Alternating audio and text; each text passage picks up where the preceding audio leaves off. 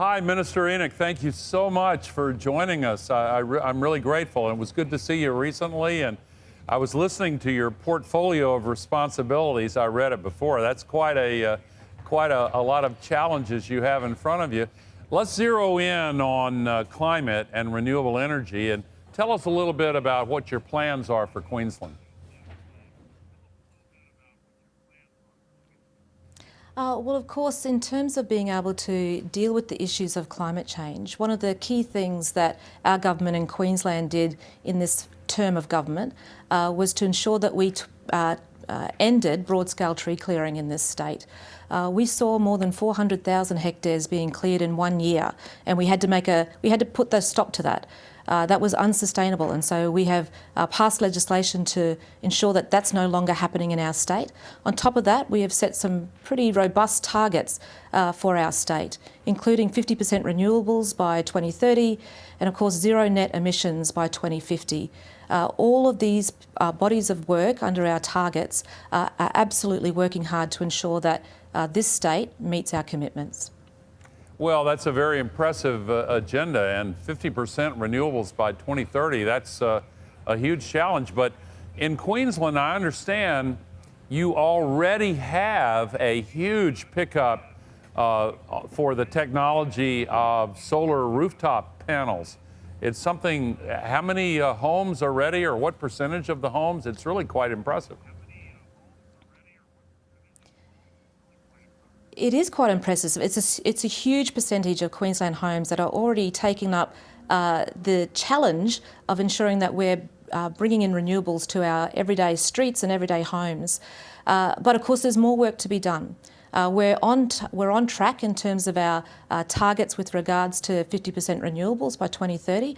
We hope that by the end of next year, some of our tracking is telling us that we'll be at around the 20%. We're already seeing some more than $3 billion worth of investment in the renewable industry in Queensland, which is a huge indication that this is where the money is moving. And of course, this is where the future is, not just for Queensland, but for our country in Australia. Now, you're also Minister for the Great Barrier Reef, and those of us around the world who have learned about the Great Barrier Reef, you know, it's just stunning. It's one of the great treasures of the world. And for Queensland, it's also a source of a tremendous amount of tourist dollars. But you have expressed great urgency about protecting the health of the Great Barrier Reef. And why the urgency? Tell us. Well, you're absolutely right in terms of its importance to not just our economy. I mean, it provides about $6 billion to the Australian economy. It provides jobs to more than 60,000 people in Queensland. So it's incredibly important to our economy, but it's incredibly important to our environment and our ecology. It is absolutely urgent that we move to support the health of the Great Barrier Reef, because it is literally the window, the yardstick, if you like, to the health of our broader ecology and environment.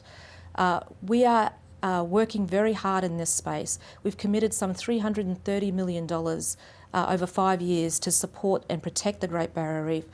Much of that work has been happening around water quality.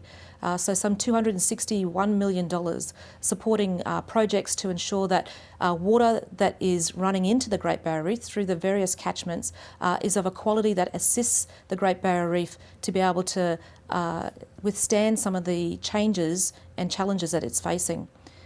We know that increasing temperatures of the water, of the oceans, is a huge issue for not just the Great Barrier Reef, which of course is the largest reef of its kind in the world, but obviously for reef systems right across the world. So that's why it is absolutely urgent that we act now, not just as a state or a country, but as a globe.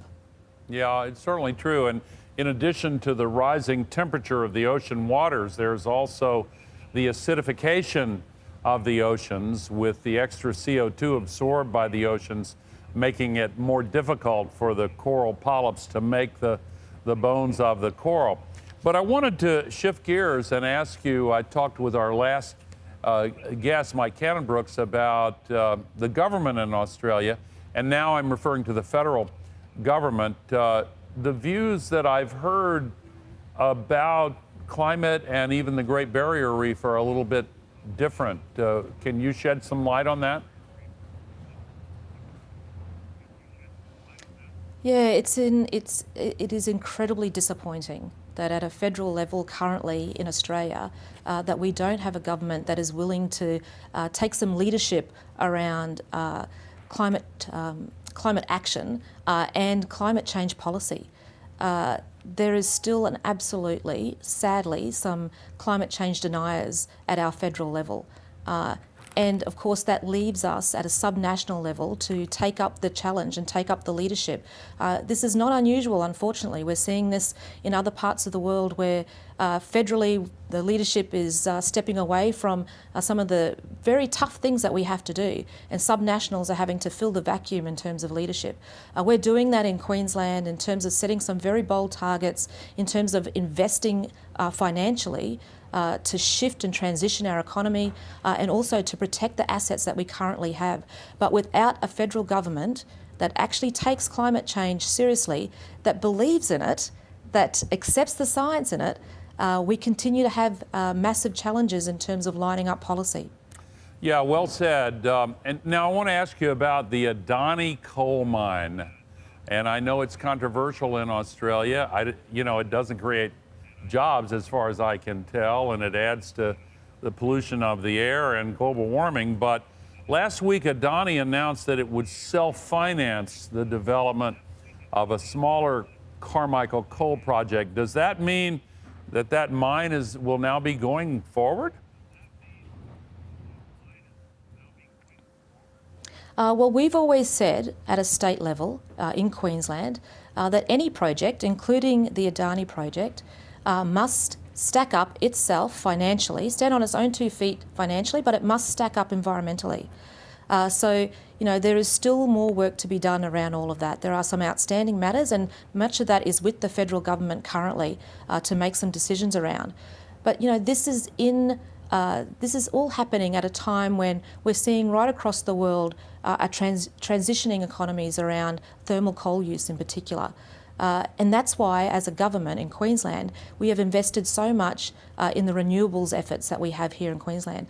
Like I said, 50% renewables by 2030, more than $3 billion already invested in this space. So we know that, smart investors are investing in renewables. And that's where the growth is, that's where the opportunity is for countries to flourish, for our state to flourish. And we're continuing our work in that space. Well, that all strikes me as a common sense approach, and I congratulate you on your skill as an advocate and the depth with which you've dug into these issues. I'm looking forward to being in Queensland 6 months from now for a 3-day climate reality training in Brisbane. Enjoyed meeting you recently. Look forward to being with you in Brisbane. But for now, thank you so much for being a part of 24 Hours of Reality, and keep up your great work.